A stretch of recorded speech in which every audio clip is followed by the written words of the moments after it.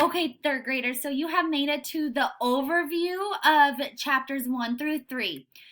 So I have read each chapter individually, and you have done a different activity for each chapter. So now I'm going to read aloud chapters 1 through 3, all of it in one video. And then your next activity is to complete the main idea graphic organizer, and then take a short check for understanding to make sure that you understand everything that's going on through chapters 1 through 3 to finish this lesson out. Okay, so we're going to begin. Your graphic organizer on the next page is just going to be about a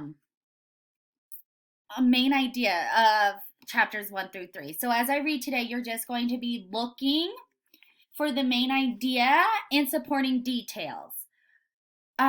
There is also a slide with a PDF of the book, so you can scroll and find your evidence through there.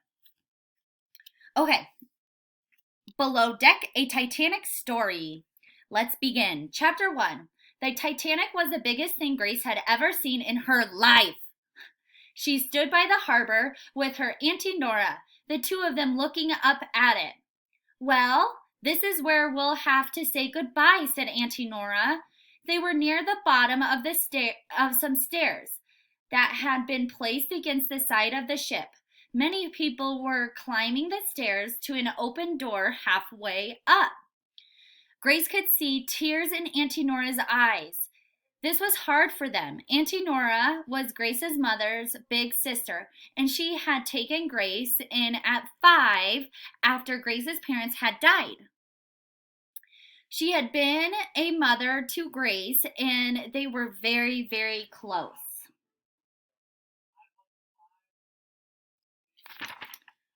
Auntie Nora was always worried about Grace's future. That's why she had decided Grace should go to live in New York City with Uncle Patrick. Things are much better over there in America than here in old Ireland. Auntie Nora had said, "There are certainly more jobs. A clever girl like you will do just fine there." Grace had argued, of course. This thought of being sent to a different country far away from Auntie Nora was terrifying. But Auntie Nora wouldn't change her mind. She had written to Uncle Patrick, and he'd written back to say it was a grand idea. So here they were a week later in a place called Queenstown. They had come by train from Dublin so Grace could board the ship that would take her away forever.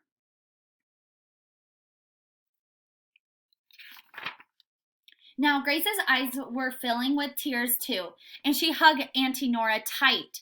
"Goodbye, Auntie," she whispered. "I won't forget you, I promise." "Nonsense," said Auntie Nora with a sad smile. "You won't give me a thought once you're on that ship, and you shouldn't. It's a wonder, all right." "I don't care how amazing it is," said Grace. "I'll be thinking about you." But Grace had to admit she was a little excited about going on the ship. The Titanic had been built in Belfast, in the north of Ireland, and this was its first voyage. The whole world seemed to be talking about its size and speed and how it would never sink, whatever happened. "Ah, Grace, you're a sweet girl," said Auntie Nora, kissing her. "You're too nice for your own good sometimes. Just take care of yourself." They parted at last, and Grace went up the stairs with everybody else. She turned at the top and waved to Auntie Nora in the crowd far below. Then she boarded the enormous ship.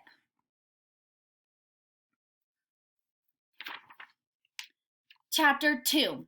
A man in uniform checked Grace's ticket and told her how to get to her cabin. There were long hallways that all looked the same, a lot of staircases, and people everywhere. The ship had started its voyage in Southampton, England, and then picked up more passengers in France before coming to Queenstown, the final stop before New York. Auntie Nora had only been able to afford a third-class ticket for Grace, So her cabin room, F-57, was at the bottom of the ship where everything was cramped and there wasn't any fresh air. It took a long time to find it, but Grace opened the door to her cabin at last.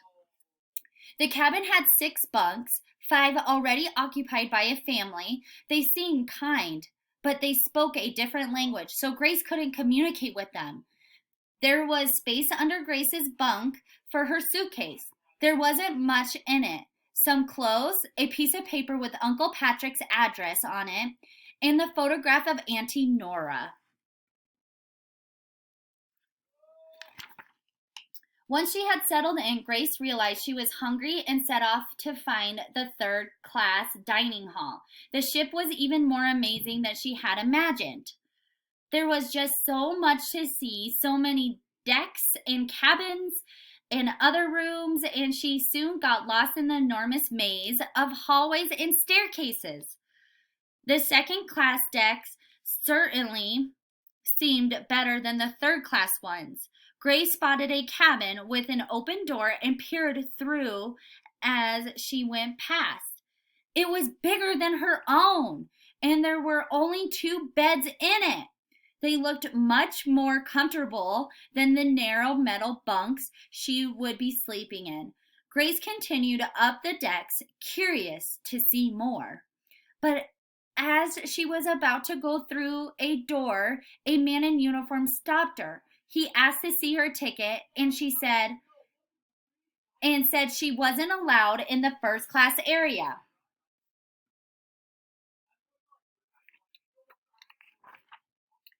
Grace was disappointed. Everyone back home had been talking about how grand the first class decks were. It had been in all the newspapers, and now she wouldn't be able to see them. But as she turned down the hallway, she noticed a window that would give her a glimpse into the first class dining hall. What a sight it was! The people inside were dressed in fine clothes and sitting at tables covered in spotless white linen. The silver knives and forks and the fine glasses gleamed like something from a fairy tale. 2 boys stood next to Grace and looked longingly through the window too.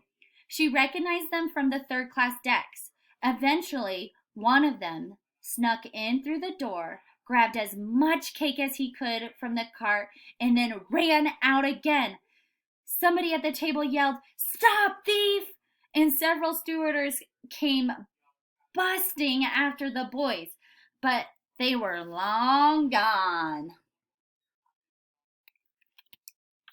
Chapter 3. "We'll never catch 'em," said one of the stewards. "I didn't even see their faces." Some passengers had come out of the dining room, a girl of Grace's age, followed by a man and a woman. The girl pointed an accusing finger at Grace. "She knows those thieves," she said in an American accent.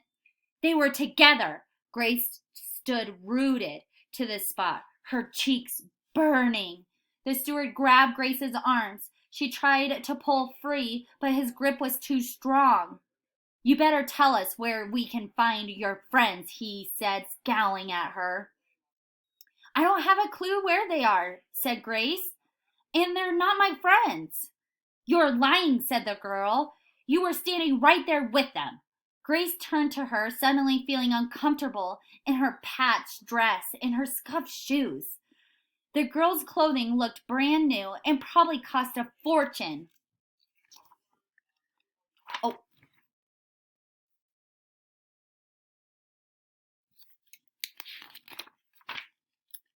that will do, Catherine," the man said quietly. Grace realized he and the woman must be the girl's parents. He was tall and dark and wore a tailored suit and a bow tie. His wife was fair, and her sparkling dress seemed to be something a queen might wear. "Your father's right," said the girl's mother. "This is none of our business." "I was only trying to help," said the girl. "I mean, stealing is wrong." "Maybe they were hungry," said Grace pointedly. "Stealing was wrong, of course, But Grace hated the way the girl, Catherine, had interfered. She expected Catherine to snap something rude back at her now, but she didn't. She looked down instead, and Grace could see she was blushing. Come along, Catherine, the girl's father said firmly, and they returned to their tables in the dining room. The steward finally let go of Grace's arm.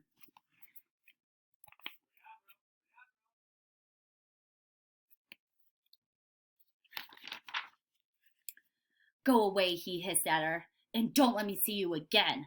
He needn't worry, thought Grace. She already made up her mind to steer clear of the first class areas from now on. By the time Grace went to bed that night, the great ship was well on its way across the Atlantic Ocean. Over the next 3 days, they were lucky with the weather. The sea was so calm, it was like a mirror reflecting the bright April sky, and only a few people were seasick.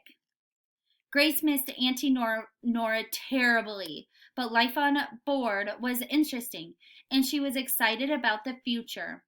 There were people from almost every country in Europe, even in third class, and they all seemed to get along.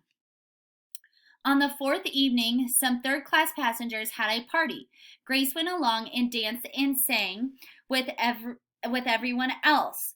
I was late and she felt tired. It was late and she felt tired, but she was having fun.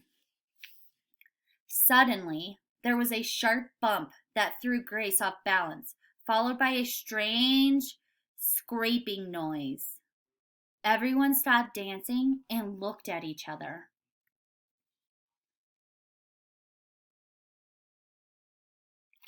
Okay, that is the end of chapters 1 through 3. So on the very next slide is a PDF for you to read by yourself if you would like. And then on the very next slide is the main idea graphic organizer. So you're going to find a key detail from each chapter that supports what the main idea of chapters 1 through 3 are. Good luck, third grade, and thank you so much for trying your best on this lesson. I'll see you later. Keep up the hard work.